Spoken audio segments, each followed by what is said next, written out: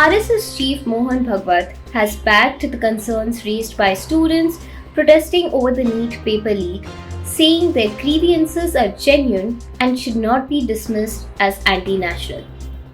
Speaking at an event in Mumbai, Bhagwat said, Gen Z protesters are the country's own people and the next generation and deserve dialogue instead of being labelled. He said there is a need for a sense of belonging and meaningful engagement with young people. Bhagwat acknowledged that there are serious issues in India's education system. He said much remains to be done, and because those concerns have not yet been addressed, students are raising their voices.